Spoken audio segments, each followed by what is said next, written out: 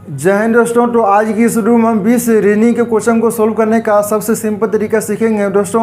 और ध्यान दें कि उन्हीं प्रश्नों को शामिल भी किए हैं जिसके एग्जाम में आने की संभावना सबसे अधिक हो। इसीलिए आपसे इस रिक्वेस्ट है कि इस वीडियो में बने रहिएगा और ज़्यादा इस वीडियो को अपने स्टडी ग्रुप में शेयर भी जरूर कर दीजिएगा दोस्तों। तो आइए हम शुरू करते हैं, जिसमें कि आप सभी के सामने ये पहला प्रश्न है दोस्तों। ध्यान दें कि आज की क्लास में जितने भी प्रश्न शामिल किए हैं सारे प्रश्न एग्जाम में कई बार पूछा भी गया है दोस्तों, और जो अभी एग्जाम में प्रश्न पूछा जा रहा है इसी लेवल के प्रश्न पूछे भी जा रहे हैं दोस्तों। तो ध्यान दें, आप सभी के सामने ये पहला प्रश्न है। इसमें आप सभी को बताना है कि टोटल त्रिभुजों की संख्या कितनी हो दोस्तों। तो ध्यान दें कि जब कभी भी अगर आकृति गिनने के लिए दोस्तों आपको कहा जाएगा दोस्तों, तो इसका तरीका क्या होता है कि पहले हम छोटे छोटे आकृति को काउंट करेंगे दोस्तों। ध्यान दें, यहाँ पे करना क्या है कि पहले हम छोटे छोटे आकृति को काउंट करेंगे। तो ध्यान दें 1 2 3 4 5 6 7 8 9 10, यानी दोस्तों अगर यहाँ पे ऊपर में टोटल त्रिभुजों की संख्या 10 है दोस्तों, तो नीचे में भी 10 होगा, यानी कि 10 दूनी 20 हो गया। आप देखेंगे दोस्तों कि यहाँ पे शामिल करने के बाद कितने त्रिभुज की निर्माण हो रहा है दोस्तों। तो ध्यान दें 20 हो गया टोटल, तो यहाँ पे 20 हो गया, यानी कि एक दोस्तों ध्यान दें ये 21 होगा, ध्यान दें, और एक यहाँ पे ध्यान दें 22 होगा दोस्तों, ध्यान दें, और एक यहाँ पे अगर शामिल करेंगे दोस्तों तो 28 से, और एक नीचे ध्यान दें 24 से दोस्तों, ध्यान दें, और एक ये 25 है और एक ये 26 दोस्तों। तो हम कह सकते हैं कि इसमें टोटल त्रिभुजों की संख्या कितनी होगा दोस्तों। तो ध्यान दें यहाँ पे 26 होगा। ध्यान दें इस प्रश्न का जो आंसर होगा वो हमारा 26 होगा दोस्तों। ध्यान दें अगला प्रश्न क्या है दोस्तों, आपके स्क्रीन पे ये सेकंड प्रश्न। ध्यान दें प्रश्न कह रहा है कि अखिल पूर्व की ओर 2 किलोमीटर की दूरी चलता है। ध्यान दें दोस्तों कि अखिल जो है वह पूर्व की दिशा में 2 किलोमीटर चलता है, तो इसको 2 किलोमीटर हम चला दिए दोस्तों। ध्यान दें अब कह रहा है कि अखिल ध्यान दे कि वह बाएं दिशा में ध्यान दे कि 2 किलोमीटर की दूरी फिर वो तय करता है दोस्तों। तो ध्यान रहे कि अगर अब ये तो पहले गया पूर्व की दिशा में 2 किलोमीटर की दूरी तय किया, अब कह रहा है कि बाएं दिशा में हम 2 किलोमीटर की दूरी फिर तय करेंगे दोस्तों। तो ध्यान रहे कि जब अगर दिशा की बात करेगा तो याद रहे कि हमेशा हम बाएं हाथ को लेकर चलेंगे। अगर कहेगा बाएं मुड़ेंगे दोस्तों तो याद रखिएगा कि ऊपर वाला हिस्सा में मुड़ेंगे। अगर कहेगा दाएं मुड़ने के लिए दोस्तों तो हम नीचे वाले हिस्सा में मुड़ेंगे दोस्तों। ध्यान है कि अगर कह रहा है कि बाएं दिशा में तो हम ऊपर मुड़ेंगे, ध्यान दे, और कितना जाएंगे 2 किलोमीटर की दूरी तय करेंगे। ध्यान दे अब कह रहा है कि अखिल प्रारंभिक स्थिति से किस दिशा में दोस्तों। तो ध्यान दे यहाँ पे पहले ये ध्यान दे कि पूर्व दिशा में गया 2 किलोमीटर और फिर यह बाएं मुड़ा, यानी कि उत्तर दिशा में गया दोस्तों 2 किलोमीटर। तो यह प्रारंभिक स्थिति से दोस्तों तो हम कह सकते हैं यहाँ पे ध्यान दे कि पूर्व और उत्तर या पूर्व दोस्तों, यानी कि आपका जो आंसर होगा ध्यान दे उत्तर पूर्व या पूर्व उत्तर किस ऑप्शन में ध्यान दे दोस्तों वो होगा ऑप्शन नंबर ए। ध्यान दे कि आपका जो आंसर होगा वो ऑप्शन नंबर ए होगा दोस्तों। उम्मीद करता हूँ कि आप सभी को समझ में आ गया होगा। चलिए अब अगले प्रश्न की ओर चलते हैं। इसमें आप सभी को बताना है कि 2 अक्टूबर, ध्यान दे प्रश्न कर रहा है कि 2 अक्टूबर 2010 को कौन सा बार होगा, यानी कि सप्ताह का कौन सा बार होगा, ये हम सभी को बताना दोस्तों। ध्यान दे बहुत ही सिंपल सा प्रश्न है दोस्तों, और आप सभी को बताना चाहिए कि हर एक एग्जाम में दोस्तों ध्यान दे कि अगर आप कोई भी एग्जाम देंगे दोस्तों तो कैलेंडर से संबंधित प्रश्न एक न एक जरूर मिलेगा दोस्तों। तो ध्यान दे यहाँ पे करना क्या है कि 2 अक्टूबर 2010 को सिर्फ दिन निकालना दोस्तों। बहुत ही सिंपल सा प्रश्न है। ध्यान दे तो पहले दोस्तों क्या है करना है कि जब अगर यहाँ पे ध्यान दे कि अगर इस टाइप का प्रश्न रहेगा दोस्तों तो पहले क्या करना होगा कि एक बस पीछे जाना पड़ेगा। ध्यान दे यानी कि पहले 2 अक्टूबर ध्यान दे 2009 को कौन सा बार होगा ये हम सभी को पता करना होगा दोस्तों। तो ध्यान दे अब 2009 आ गया दोस्तों। ध्यान दे तो 2000 पहले हो गया दोस्तों। तो 2000 हमारा क्या है, ये शताब्दी वर्ष है दोस्तों, और शताब्दी वर्ष में क्या करते हैं हम 400 से भाग करते हैं। तो जब अगर 2000 में 400 से भाग करेंगे दोस्तों तो इसमें शेष दिनों की संख्या कितना होगा, 0 होगा। ध्यान दे शेष दिनों की संख्या इसमें 0 हो गया। अब यहाँ पे बच गया हमारा 9। ध्यान दे अब 9 में दोस्तों ध्यान दे कि 4 से भाग करेंगे, भाग के करेंगे कि इसमें अब हमें चेक करना होगा कि इसमें लीप वर्ष कितने हैं। ध्यान दें तो दोस्तों आप चाहें तो चेक भी कर सकते हैं, जैसे कि यहाँ पे 2009 है तो इसमें 2004 आएगा। ध्यान दें 2004 आएगा और दूसरा 2008 आएगा, तो 2 हमारा लीव बस हो गया, इसीलिए यहाँ पे हम +2 करेंगे। आप दोस्तों यहाँ पे चेक नहीं करना, आपको सिर्फ एग्जाम में डायरेक्ट इसमें 4 से भाग करना। ध्यान दें आपको सिर्फ 4 से भाग करोगे दोस्तों तो भी 4 दूनी 8, यानी कि शेष से मतलब नहीं है, जितना बार में पूरी भाग लगेगा वही यहाँ पे लिखना है। तो 9 2 11, यानी कि हम कह सकते हैं कि दोस्तों यहाँ पे हमारा शेष से 11 दिन निकला है। अब जाना दोस्तों ध्यान दें कि 2 अक्टूबर 2010 तक, यानी कि आप सभी को पता होना चाहिए कि आप यहाँ पे जनवरी से शुरू करेंगे अक्टूबर तक जाएंगे दोस्तों। तो जनवरी में ध्यान दें कि शेष दिनों की संख्या कितना होता है, आप सभी को पता होगा कि 3 होता है, 3 हो गया। आप बात आइए फरवरी की दोस्तों, तो फरवरी में यहाँ पर देखेंगे क्या 2010 से हमारा लीव बस है दोस्तों। लीव बस किसे करते हैं, अगर उसमें 4 से भाग लग जाएगा दोस्तों तो हमारा जो फरवरी होगा वो हमारा 29 दिन का होगा। अगर भाग नहीं लगा तो हमारा फरवरी जो होगा वो हमारा 28 दिन का होगा। यानी दोस्तों यहाँ पे भाग क्या लगेगा तो नहीं लगेगा, यानी कि इसमें फरवरी जो होगा हमारा 28 दिन का होगा, यानी कि यहाँ पे 0 लिखेंगे। अब जनवरी फरवरी हो गया। मार्च हमारा ध्यान दे 31 होता है, यहाँ 3 लिखेंगे। मार्च अप्रैल हमारा ध्यान दे कि 30 होता है, तो याद रहे कि अप्रैल, ध्यान दे कि यहाँ पे याद रखिएगा कि अप्रैल, ध्यान दे अप्रैल हो गया। अप्रैल जून, ध्यान दें अप्रैल जून सितंबर और प्लस नवंबर, ये 4 महीना जो है दोस्तों ध्यान दें कि ये 30 होता है। क्या होता है, अप्रैल जून सितंबर नवंबर, ये 4 महीना जो है दोस्तों ये 4 माह 30 होता है, और बाकी 31 होता है सिर्फ फरवरी को छोड़कर दोस्तों। तो ध्यान दें यहाँ पे बारी आई है अप्रैल का, तो अप्रैल यानी कि 30 दिन का होता है, इसमें शेष दिनों की संख्या 2 हो गया। अप्रैल हो गया, जून हो गया। अब जुलाई की बात आई है तो जुलाई भी हमारा 30 होता है, यानी कि शेष दिनों की संख्या 2 होगा। जुलाई हो गया, ध्यान दें जुलाई, ध्यान दें 31। अगस्त हो गया हमारा 31, और सितंबर, यानी कि दोस्तों सितंबर क्या होता है, ध्यान दें सितंबर होता है हमारा कितना होता है 30, तो इसमें 2 दिन लिखेंगे। और अक्टूबर में दोस्तों ध्यान दें कि 2 दिन ही हमें लेना है, तो आप प्लस क्या करेंगे, +2 करेंगे। अब यहाँ पर दोस्तों 7 से भाग करेंगे, इसमें डायरेक्ट ध्यान दें कि जोड़ेंगे नहीं, 7 से भाग करेंगे। ध्यान दें तो 3 3 3 6 और 1 7, यानी कि 1 दिन यहाँ पे बचा हुआ है। 3 3 3 6 और 1 7 कैंसिल हो गया।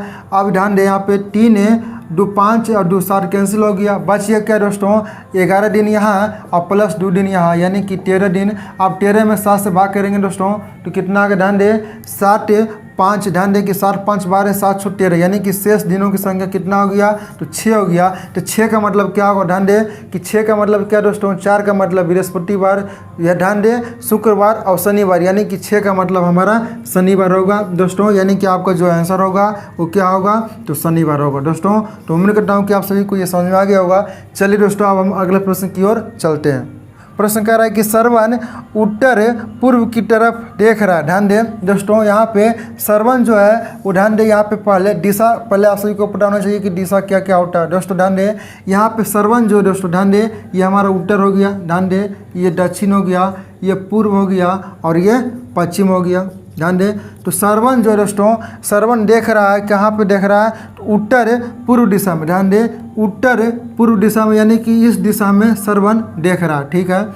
अब कह रहा है दोस्तों ध्यान दें कि वह पहले 45 डिग्री वामावर्त दिशा में घूमता है। ध्यान दें दोस्तों वामावर्त मतलब क्या कि घड़ी दिशा में। ध्यान दें वामावर्त मतलब क्या, घड़ी दिशा में दोस्तों। तो 45 डिग्री जो है वो घड़ी दिशा में घूमेगा, तो कहाँ पहुँचेगा दोस्तों, यहाँ पे पहुँच गया 45 घूमने पर, यानी कि यहाँ पे पहुँच गया 45 डिग्री ये घूम गया।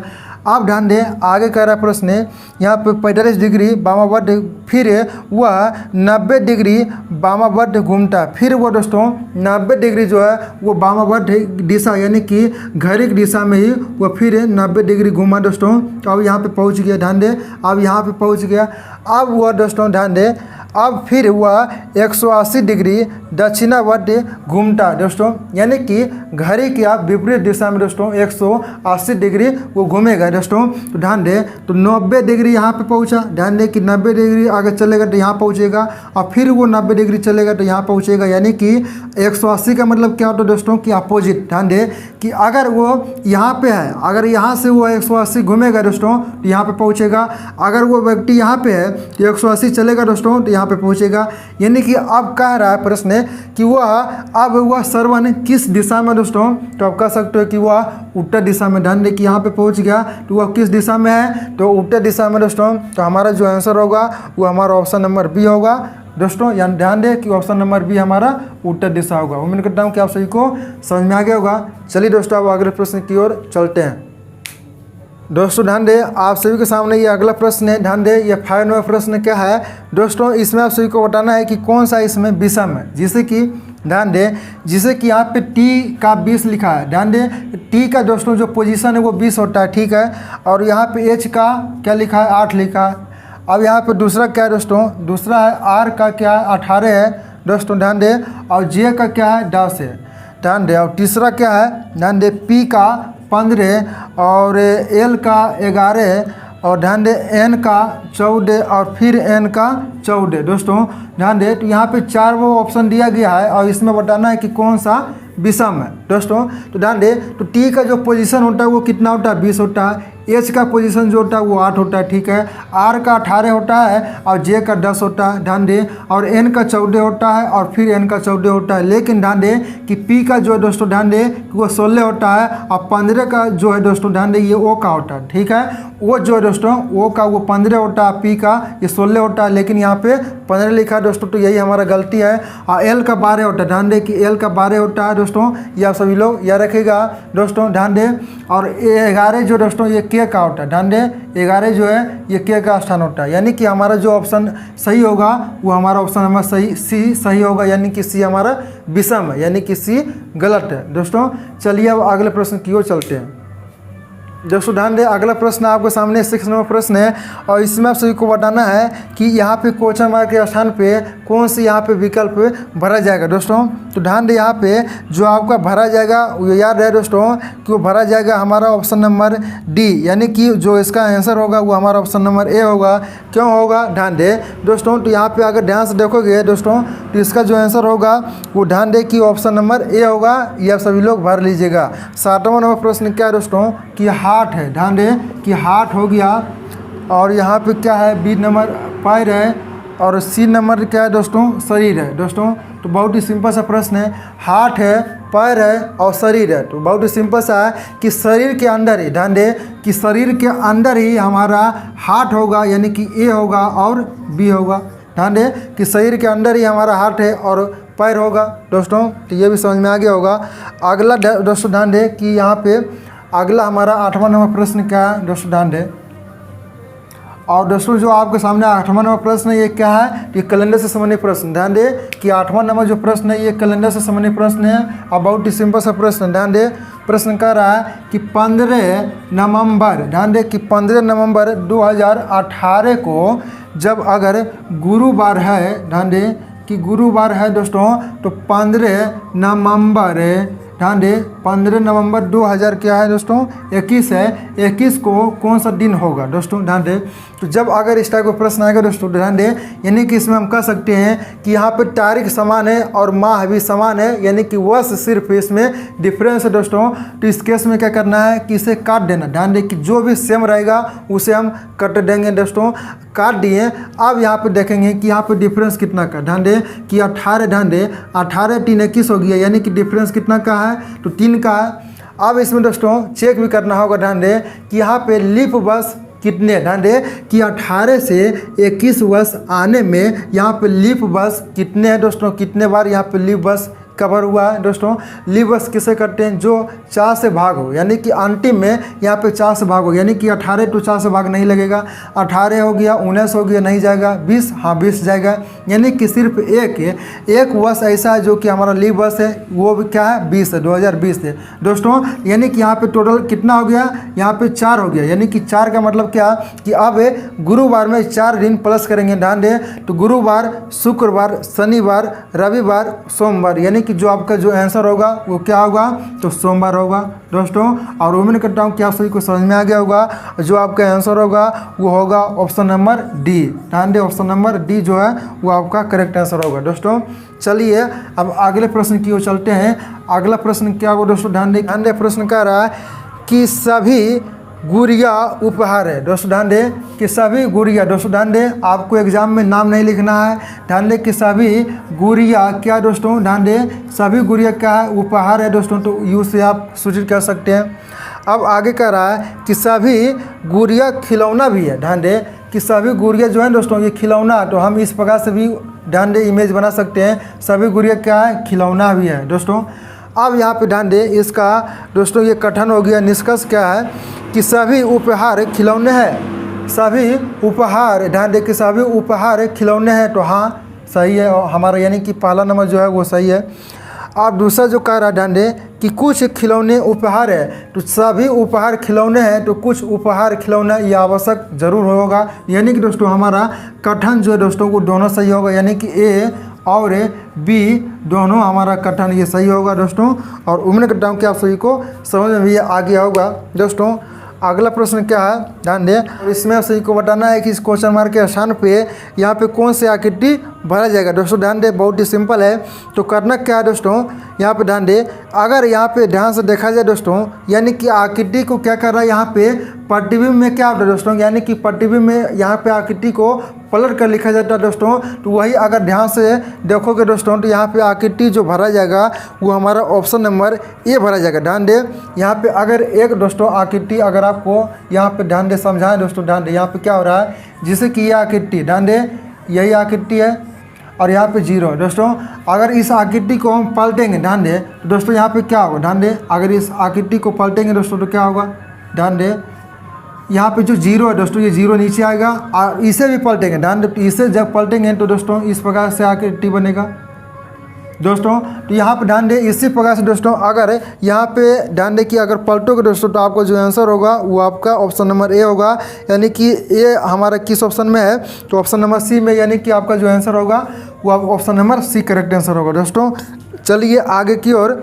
आगे क्या है दोस्तों, ध्यान दें आपके स्क्रीन पे ये 11वां नंबर प्रश्न है और इसमें आप सभी को बताना है कि आगे कौन सा यहाँ पे विकल्प भरा जाएगा। दोस्तों ध्यान दें तो यहाँ पे क्या लिखा गया है, पहले ए और यहाँ पे 1 है, ध्यान दें 1 है और जेड है, ध्यान दें, और आगे लिखा गया है ई 5 और भी, और आगे दोस्तों ध्यान दें आगे क्या लिखा गया है, यहाँ पे आई होगा और नो, और यहाँ पे क्या है, ध्यान दें आर है दोस्तों। तो आप सभी को बताना है कि आगे यहाँ पे कौन सा ये विकल्प भरा जाएगा दोस्तों।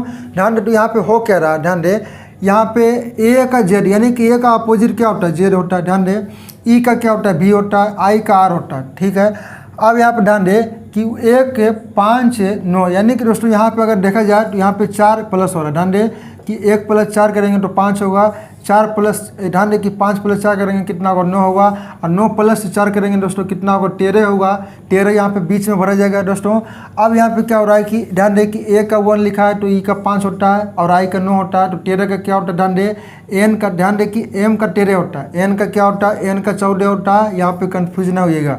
तो एम का 13 होगा और एम का अपोजिट क्या होता है, ध्यान दें एम का अपोजिट क्या होता है, तो एन होता है। यानी कि आपका जो ऑप्शन यहाँ पे भरा जाएगा एम 13 एन, देखेंगे किस ऑप्शन में, ध्यान दें एम में 13 एन किस ऑप्शन में है, तो हमारा ऑप्शन नंबर बी में, यानी कि ऑप्शन नंबर बी जो दोस्तों हमारा सही आंसर होगा। और उम्मीद करता हूँ कि आप सभी को समझ में आ गया होगा दोस्तों।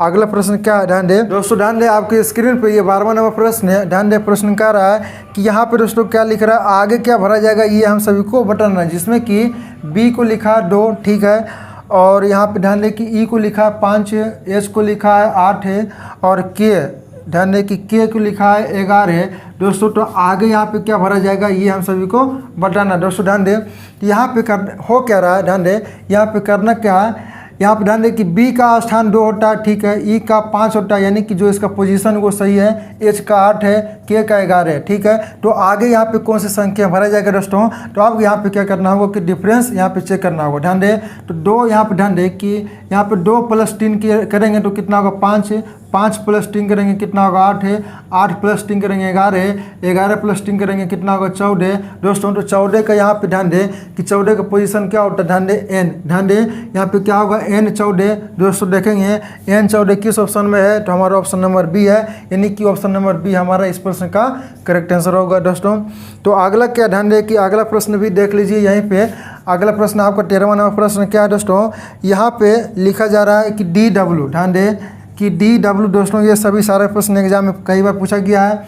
E का V और यहाँ पे ध्यान दें कि F का U, ध्यान दें कि F का U, E का V होता है, F का U होता है, ये U है।